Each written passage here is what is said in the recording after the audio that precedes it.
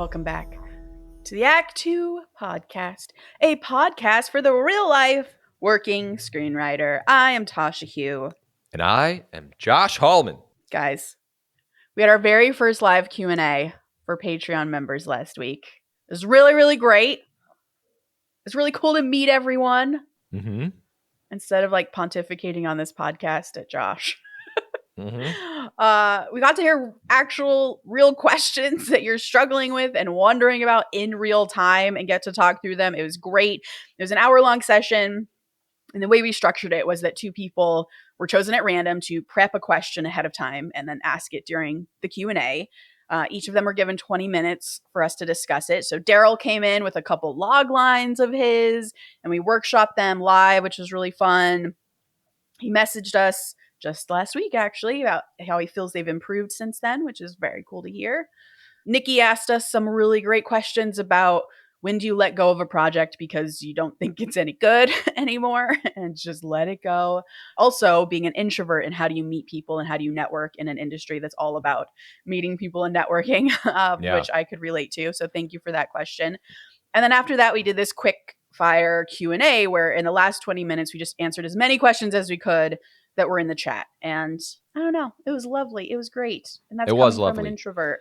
Something I'm just really understanding more and more, and I'm just always reminded of, is how difficult it is to meet people in this industry when you are a writer and when this is such a job that you do when you're by yourself. And there is no specific way to do something, but I think, it's just so important to have community. And I'm going to figure this out. One day I'm going to figure out how to the secret sauce. The secret sauce. It's tough. It really is. It's tough. It was interesting because Nikki, who asked us one of the questions, she's also an author, and she was kind of mentioning that she has found typically, very generally, that authors tend to be less open to community than screenwriters, or less open to helping others.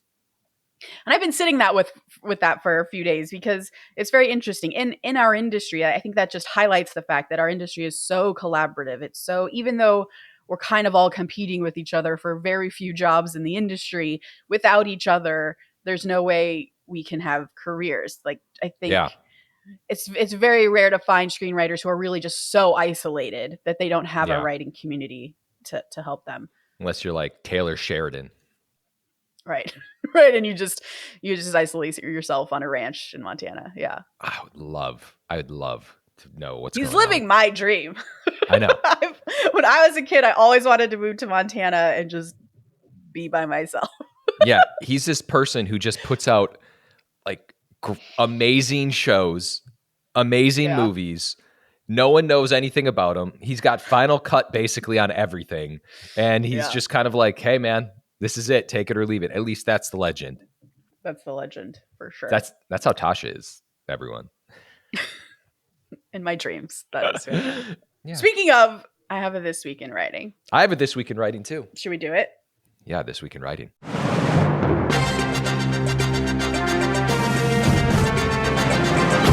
This Week in Writing. Speaking of dreams. Go. I had a dream last night about screenwriting. And in the dream, I knew I was having a dream about screenwriting, but I was so stubborn about it in my dream because there was a puzzle. There was something wasn't working in the screenplay in my dream. And then I was like, well, I'm going to fix it. And my dream, Tasha, was like, Tasha, it's a dream. You don't have to fix it. But then I was like, I don't care. I'm going to fix it. I'm going to stay in this dream until it's fixed. Whoa. And I think my dream self realized that I had a problem. And that was kind of my dream. Okay, let's unpack. So you never fixed the problem? No, I had a stupid wake up to come do podcasts with you. That sounds like my dream, where you're like, God, I have this problem. You know what? It'll fix itself. Yeah. And then you just walk away from it. That's okay. I feel bad for you on that dream. Thank you. I appreciate that. I have a little something. Okay. You ready? Yeah. Okay. I was thinking about our industry, Tasha. Mm-hmm. I was thinking about content, the distribution of content, and how, certain episodes for certain TV shows or streaming shows are 20 minutes. Like The Bear has an episode that's just like a 20-minute thing. And then it's more traditional in the 30-minute thing. And then there's 45-minute things. And we talk within the industry about how things are done in still like a 60-minute format or a 30-minute format, even though that's not fully true, even though you still have to deliver scripts in that realm. And so I was thinking about short form content and how everyone has tried to do short form content, but hasn't really fully been cracked, like Quibi being the prime example. And, I don't know how into Quibi you were. I'm bringing this all up because there is a TV show. It's a cartoon. It's a kid's cartoon called Bluey's, which was this. You're familiar? I am familiar. Okay. So I've watched pretty much every single episode of Bluey's. My daughter loves Bluey's, but I happen to love Bluey's as well. And it is just such a pure show. And it's a 7-minute episode. And for those who don't know what Bluey's is, it's about these two dogs and their parents. And it's just, it hits the chords of just being like, it's just different. It really hits a parent's heartstring. It's just it's genuine, right? Yeah.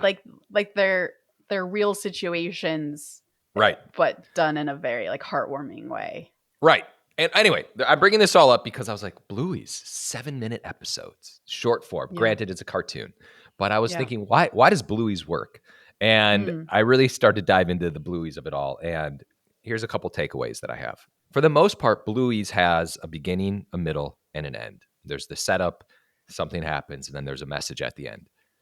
And also, all of these episodes are kind of standalone episodes where they're not like, I think Quibi was kind of like, here's a 5-minute episode, and to get the next one, it's next week, and to get the next one, it's next week, where it was just this continuation. And so I was just trying to crack the short form code, and maybe it's all about having a proper story in 7 minutes to 10 minutes or whatever, having them stand alone and not making everything connect like it's one long freaking movie just chopped up into 5 minutes. That's the end of my short form rant. That's it. I like it.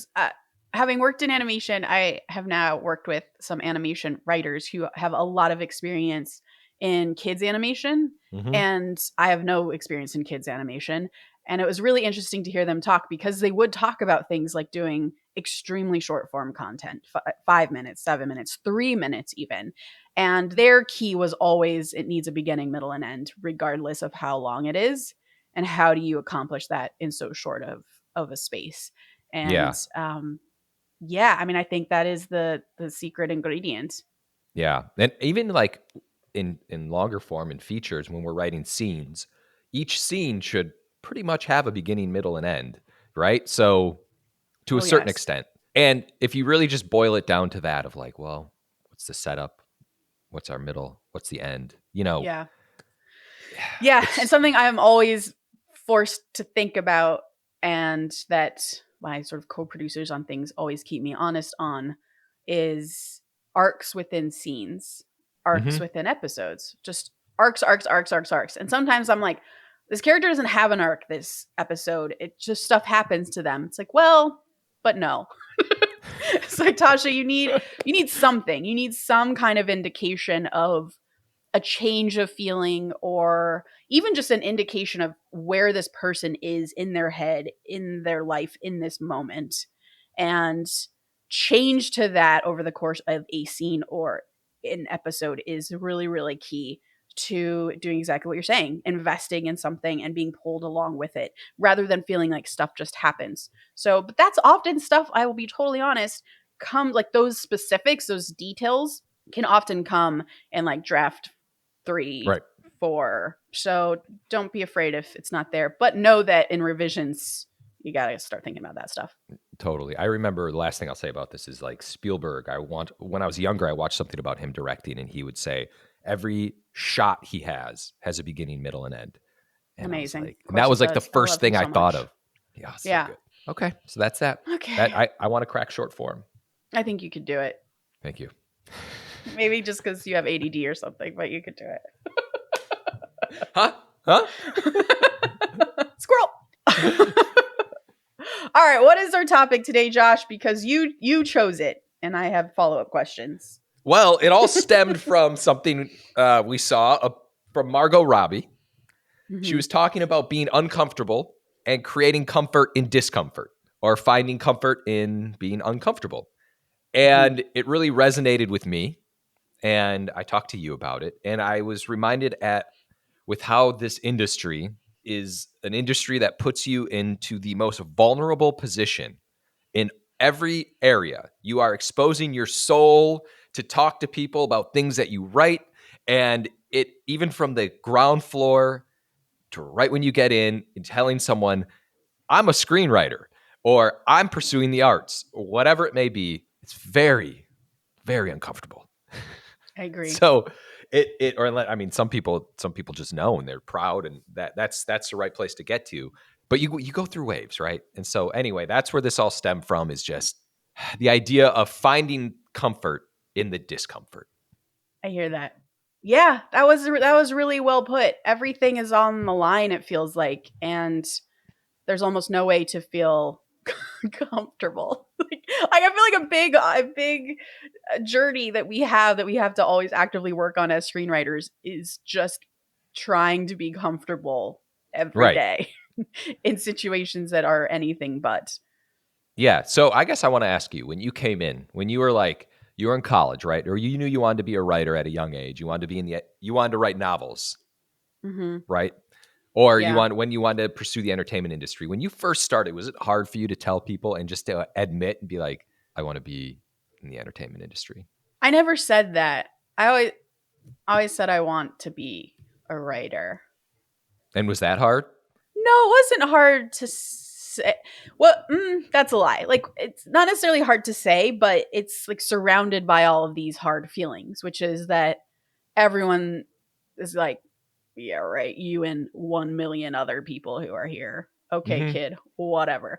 I've definitely had experiences where, like, I was an assistant and I found out another assistant wanted to write. So I went over to his desk, was like, hey, I heard you want to be a writer. That's so cool. Like, I also write. He's like, cool, kid, whatever.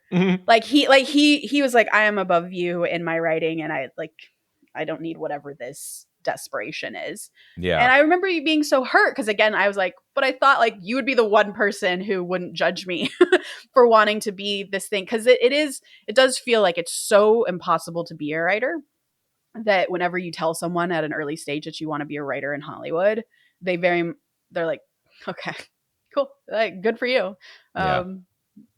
Good luck with that. Yeah. And there's so many different things that we do, which I thought we could also talk about, that just put you out of your comfort zone. Every day. I already have, like, I was like, I don't know what to talk about. I'm never uncomfortable. It's just a lie. It's a total lie. But yes, like, okay, I'll just start with pitches. Every time you pitch is extremely uncomfortable because you have sat with yourself over these ideas and you believe in these ideas and you're taking a shot. Like, you are basically like jumping off a cliff and free falling when you pitch because you have no idea what the listener wants to hear, what they're going to buy, what they've already heard and disliked, what they've heard and like, another writer that they're already down the road with that they haven't told you about. Like, there are so many things that you don't know when you enter a pitch, and then you're just speaking from the heart about something and believing really hard in your idea. I remember one time a producer said to me, I heard a pitch about King Arthur. And I was like, okay, like, she's telling me this because I have a King Arthur story and I hope that this person did well. And she's like, no, he crashed and burned. Because as he was talking to me, I pointed out all these logic holes in his idea and he didn't have answers for them. And she was saying that, like, isn't he an idiot? And I was like, that poor man. Yeah. That poor man, because he did so much work to make that movie work. And then you go in and you just start poking little holes because it's so easy to listen and poke holes. Yeah. And he could fix them if he just had to. So I don't know. Pitching is really hard. I'm always uncomfortable when I do it. The more I do it, the less uncomfortable I feel. But that's just always going to be one of them. Is that your highest degree of feeling uncomfortable, pitching? Not anymore.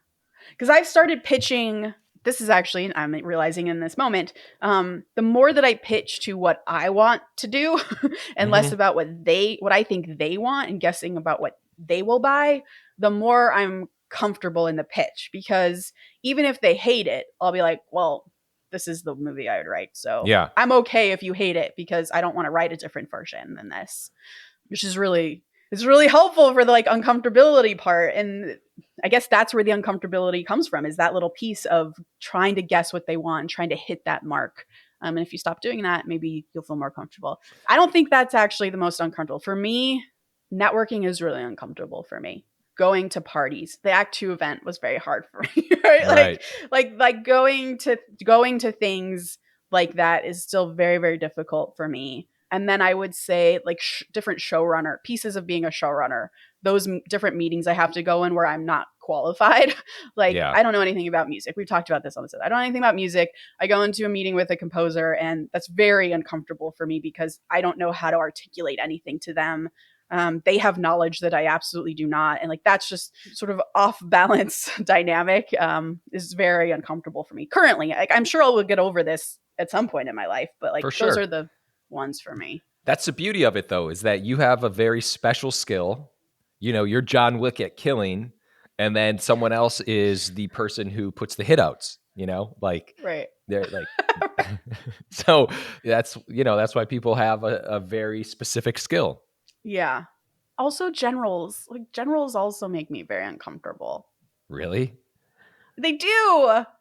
I just like, because I was thinking, okay, what are meetings that I've been like really uncomfortable with lately, or that like I can feel like anxiety building in my chest? And I think they are those meetings where I have to meet new executives and prove to them or put off a feeling to them that I am qualified and they can trust me with stuff, especially Yeah. if they're bigger producers who have seen, to your point that you always talk about, like the sort of really experienced grizzled Hollywood exec who's been in this business for ages, and they've met all the A-listers. Who the fuck are you? Like, Yeah. those meetings give me a lot of anxiety and make me feel very uncomfortable. Those are, I do always reference those because I think those for me are also like the meetings where you're like, there's just something about it, that dynamic of the older individual, that they are firm in believing that they know what they're doing, and they've have the track record, and they're always looking down on you, and you're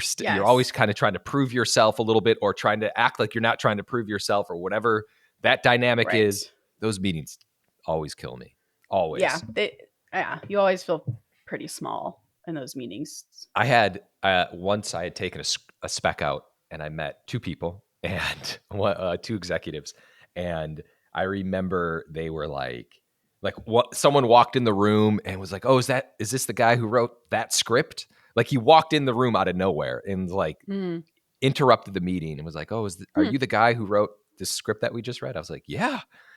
And he's like, "Yeah, we're not going to buy it, but you know, you're just getting started, so good luck to you." And I was like, "Thank you." But like, I was like, just getting started. What? I was like, I've been grinding away for ages. Maybe that's why I bring up the grizzled vet, because this story just wrecked me. Was he a grizzled vet, or was he just like some young He was a little older, not grizzled vet, but kind of like on his way to become one. Kind of a dick. Wow, that's a dick thing to say. Yeah. Like, how do you come back from that in the meeting? Yeah, because now you're sitting with these execs and you've just been he walked belittled. Out. Yeah, he just walked out. And I was like totally just embarrassed. I like laughed it off, and I was like, "Oh, okay," you know, and tried to play it off while I was just dying on the inside. That's gross. What a gross human. I'm sorry. Yeah. Those are I can't like recall like the exact wording or the exact instance like you can, but I've definitely been in meetings, and I completely relate to that feeling where because what's so hard about these generals and these pitches is that you do have to come in as if you are somebody, just like to keep your energy up, to keep your confidence in a certain place. Like, even if you have to lie to yourself, which I have had to do, to be like, I'm like the imposter syndrome, right? Like, I deserve to be here. I can do this. Like, all these things you tell yourself as you go into these meetings. And then I have been told in those meetings, while I'm trying actively to be this certain way, you're not good enough, or you're young, you have a lot to learn, or whatever. Like, people have put me in a place they felt like I belonged. They've belittled me for some reason as a writer and made me feel so small. And it's so hard to come back from that, because again, you're like you're putting on this persona, and then it just is shattered externally, and you sort of don't know how to recover. Yeah. But all of those instances of being uncomfortable have made us stronger, right, Josh? I will actually say yes. You can actually go two different ways.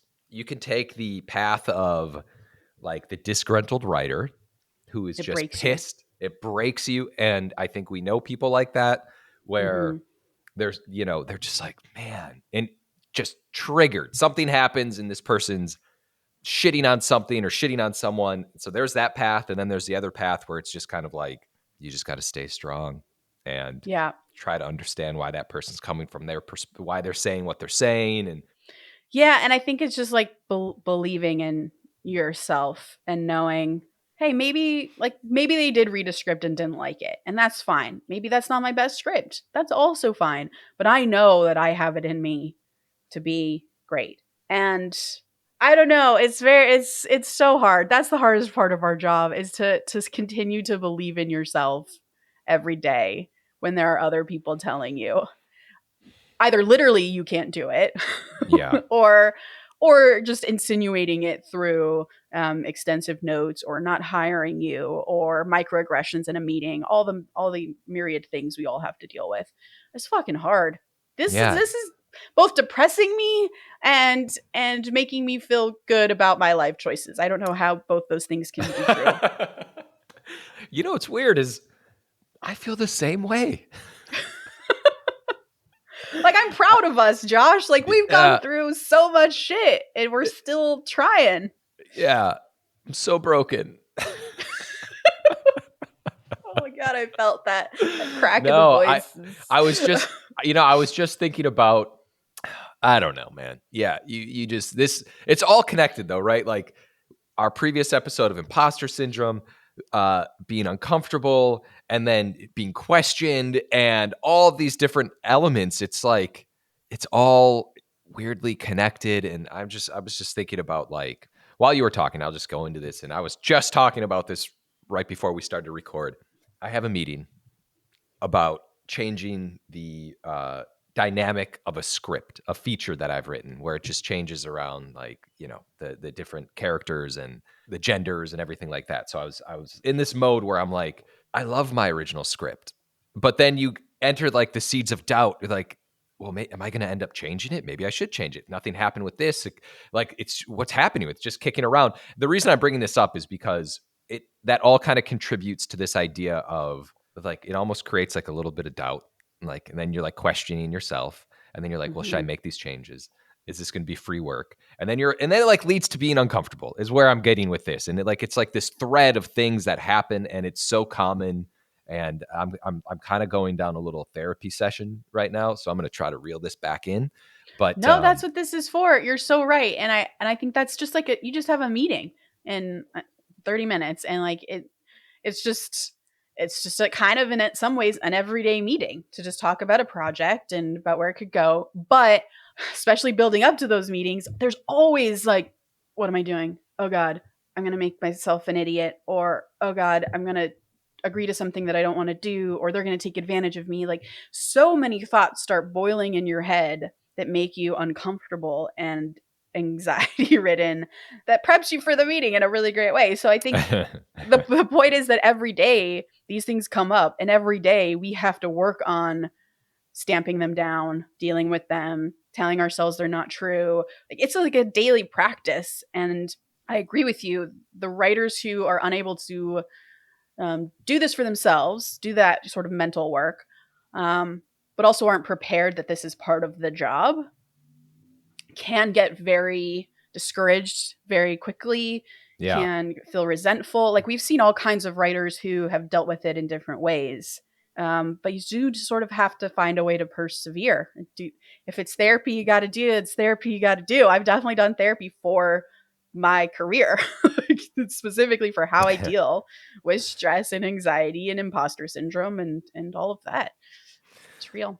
All right, so let's try to bring this to a positive. Okay. I feel like you had things written down. I just stepped on all of it. I just blew it up. I came in highly caffeinated, just torpedoed anything weird, like a rhythm. So the idea of becoming comfortable Yes. with this uncomfort. Yes. Yeah, so where this came from, as Josh said, it was Margot Robbie doing kind of a roundtable with other nominated actresses of 2023. And she's talking about Barbie and how difficult it was to get Barbie through the studio system, because the studio point of view is, why would we spend so much money on this movie if men aren't going to go see it? And of course, her response and Greta Gerwig's response was, well, why wouldn't men see it? Well, men don't want to see a Barbie movie. Well, men will go see a good movie. And then they kind of realized they needed to create this mantra for themselves, as well as the studio executives, that this movie and the things we're going to talk about, the themes, the writing, the things you're going to have to pay for, it's all going to make you uncomfortable. But that's just something we have to sit with. We have to sit with feeling uncomfortable and uncertain. These are the risks we take to do something great. And I think maybe that's what inspired you. That's what I took away from it is, and it really does go with our imposter syndrome episode in a very great way, which is, there are so many times we have to be uncomfortable and sit with it and power through. And that makes us better creators. And so, like, a couple things came up just this week, actually, creatively. I was talking to a director about a certain scene, and there's something wrong with the scene to me. And I wrote it, so it's my fault. But she was sort of interpreting the scene. I was like, there's something bumping me here. And I realized that it was something because, how do I put it? See, it's making me uncomfortable having to like retell this story. And by the way, not your fault. It's not your fault. I mean, I wrote it. It's my fault. So in the scene, there's this white woman who kills a black man in like this kind of magical way. And it's like a very brutal death. And the point is to show that she is a brutal villain who is going to now like try to do brutal things. And something was bothering me about how this death happened. And again, I wrote it, but when seeing it, I realized it was making me uncomfortable in a way that was not good. Mm-hmm. And so we just started talking. And I couldn't articulate why. And then I realized like this black man does not have a hero moment here. He's just brutalized, and that's it. And I get that was originally the point, but when you see it, that's not okay. And we need to give him a hero moment. He still needs to die. That's part of the story. And that's what launches the whole season forward. But can he have a hero moment? Can he have like a smile when it's happening that gives him some kind of empowerment? And I had to have this conversation with, it was all white people on the call. And like, I'm not black either, but I am brown. And like, I have certain feelings about this that they clearly weren't getting. And I had to have, like, again, I feel uncomfortable even retelling the story, but I had to have that conversation because it was bothering me. And I knew that if I let it go, it would always bother me. And then we'd get too far down the road before we could change it. And I asked someone after the meeting, who was actually one other person who was of color in the meeting. And I was like, am I crazy? Like, am I overthinking this? And she's like, no, I felt the same way when I watched it, but I didn't know why that bothered me. Right. And you articulated it perfectly. So I was like, okay, like there is something to these gut feelings we have, and then speaking to them. And I think that that's kind of what Margot Robbie was talking about, was to create something new and great and like true. You do have to challenge people to think differently. And what's interesting is I told this story to another TV writer, and she had an exact same story where she had a white showrunner and then had to sort of explain to him that you can't do that to it was a mixed race character because of all these like historical things that you're not thinking about. And she's like, it was super uncomfortable for me. I didn't want to tell him, but then I realized I had to. So she emailed him separately. And like, I just really admired her for that, because I know it's, especially if you're going to tell a showrunner or someone who's a boss or a producer or a studio executive that they're wrong or they're thinking wrong, is so fucking hard. But I think Barbie is such a great example of how they did that at every step of the way. I mean, we've told stories on this podcast where there were scenes that they shot and the studio was like, you got to edit that out. Mm-hmm. And Greta was like, no, this is key. Like, I think we talked about the scene with the old woman at the bus stop where Barbie sits next to her and says, you're beautiful. Yeah. And the studio wanted to cut it out. And she's like, this is literally key to the entire movie. I'm not doing that. And I will walk you through why, but I'm not doing that. Wow. So yeah, I mean, it happens from being uncomfortable at networking and meetings to like creative stuff. It just never goes away. But what was interesting, I don't know if I'm taking this from you or Margot Robbie that I'm stealing this from, but the idea of feeling empowered. I know it's easy to conflate the two of us. I get it. No, I was like, who said that? the idea of being empowered, right? Like that. And if you can kind of shift your brain into being like, this uncomfortable moment is actually a moment that I feel empowered in. Like I don't, if you, that's, I feel, listen, that's a superpower if you can get there on a regular basis and that's how you're feeling. Yeah. But I think that's the goal. That's the goal. Yeah. And I think you get there by being okay with the uncomfortable feelings that you have oh man, I'm thinking of that Frozen song, Into the Unknown. I just want to play it right now. every day. Every friggin' day. And also something else that you said that is really great, or maybe Margot Robbie said it earlier in this podcast, is the idea of just being confident in your script. Like, listen, I don't mean to talk about my own scripts again, but I submitted something to Writers Group where I have this idea. I've talked about this before. It deals with like kids and school and this and that. And it's just like, I just want it to be this very one thing. And it's kind of missing this hook. And I understand that. That's what I've been told by my reps. But with the guidance of my writers group, I'm going to get to a point where I'm just like, I'm content. This is what it is. This is what I want it to be. And I'm proud of it. And it's giving me a little bit more confidence in that realm. Just because it's uncomfortable. It's like submitting these things and getting feedback, and then you're feeling vulnerable and you're questioning yourself. And what you had said earlier about pitching, that idea of like, this is the story I want to tell. Mm-hmm. I'm comfortable with how this is going to play out, like no matter what. Again, yeah, very hard to attain that level of peace. It's very hard. And there is a level of, I'm going to use the word privilege, though I don't totally mean that and all that comes with it. But when I was first starting out, where like I needed a job or I would have to borrow money from my parents to pay my rent kind of situation. Mm-hmm. I was always pitching to what people wanted because I needed that job. So I needed to get in their head somehow to figure out what they wanted and give them what they wanted. But I will say, I learned after my crazy year of pitching, which I've talked about, that is not the best pitch. So if I had actually started feeling like I was from a place of privilege, meaning I don't need this job, I fucking need this job, but I don't need this job, I'm going to focus on what I love and the movie I would want to tell. And I almost kind of don't care about you. Now I'm going to, of course, write the movie you need to make because this still is a business, but I'm going to write to the themes and the characters that I know I would kill and that I really believe in. Because if I get this job, you're going to want me to care about this, or I'm not going to write a good script anyways. So like as soon as I learned that, because I was losing jobs left and right, even though I was trying to write exactly what they wanted. So even though it feels like you have to do that, particularly early in your career when you just need a job, the truth is actually the opposite. That the more you have a voice, the more you have an opinion in your pitch, and the more you're telling something that you're passionate about, the more the producer is likely to hire you. And I know that doesn't seem like that's true, but that is true. Yeah, no. By the way, I think we need a short story called My Year of Pitching.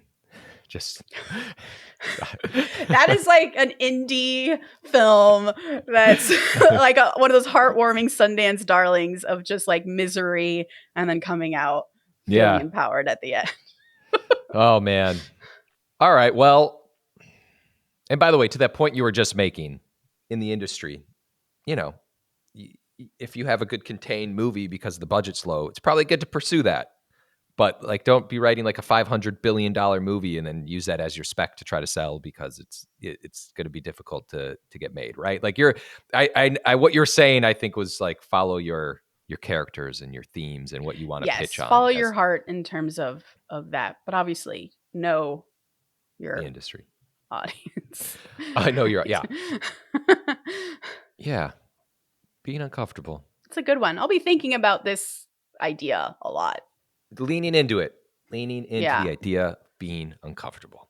I love it. Yeah, me too. Did we just like have therapy? Did we just, what just happened? I think we did. I feel relieved. All right. Quote of the day. Be not afraid of discomfort.